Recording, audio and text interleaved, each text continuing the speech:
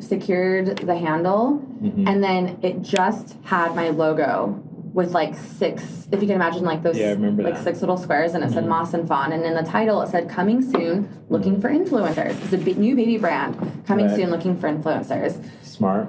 And people were so excited. I started getting tons of followers. They had no idea what it was.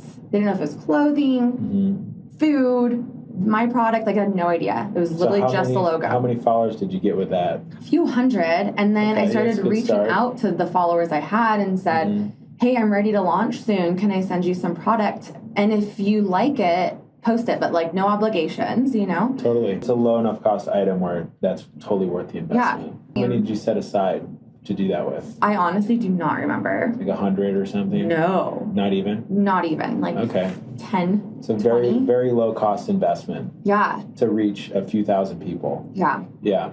I honestly don't know to today how I succeeded. Like, yeah. So I send a few people. Yeah. And then they post me.